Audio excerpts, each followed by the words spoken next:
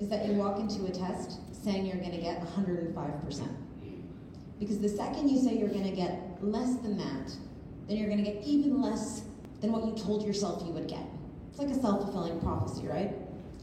And this translated into the way my mom spoke about relationships, right? Don't pay a boy any attention if he treats you less than 100 times better than you think you should be treated, right? Because the second you lower your standards, people will take advantage. And it's translated fundamentally in my work. The one thing I genuinely regret when I was younger was selling myself short, because when you do, you give other people permission to do the same, and they do. They do. And I think what's key when we're talking about gender equality, and I am such a firm believer that we need to talk about masculinity, we need to talk about male roles, we need to talk about the way in which we've socially constructed male leadership, we need to talk about the way in which we've created laws and policies in the likeness of men. We need to do all of that. I'm 100% on board. But on God's green earth, I am not going to give men the privilege in a conversation about women's equality. I will not. I'm pretty hardline about it. I'm fundamentally hardline about it. And I think if we start saying, listen, when it comes to violence against women, with the Me Too movement, when it comes to unequal pay, when it comes to X, Y, and Z, we need to start asking ourselves what forced men to behave in that way. I think we're attacking it from the wrong direction.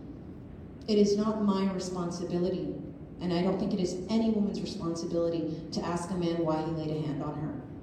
He just doesn't get to lay the hand on her.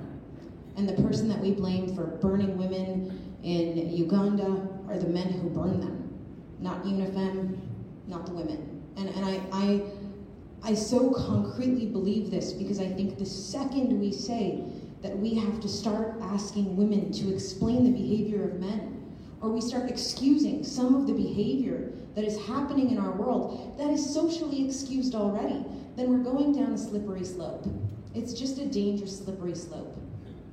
We have, for a very long time, and I come from, my parents immigrated here, and immigrants have a tendency to stomach whatever comes to them. So do minority communities. If somebody spits at you in the street, my mom would, honest to God, wipe it away and walk away. She wouldn't respond. She wouldn't. And she would say, no, we it's safe. You're fine, you're going to a good school, just be nice. Don't rock the boat. I had a friend whose car windows got broken, and his dad went, got the broom, and started sweeping it up. And I think it's because we have been told, we have been conditioned to believe that we deserve less than what we have been given. And that if we are occupying a space, we have to apologize for it, or we have to defend it, or we have to walk in every day validating it. And that is so fundamentally wrong. It is so fundamentally wrong, and I am so proud of the second generation immigrants and the minorities and the women who are saying, no, I don't have to seek permission from you to be part of this community. I contribute to this community, I give back to this community, I make decisions in this community. Like it or not, my voice will be heard. I'm pretty hardline about it, I know. But I don't think we advance unless we get hardline about this. I don't think this is a conversation that changes.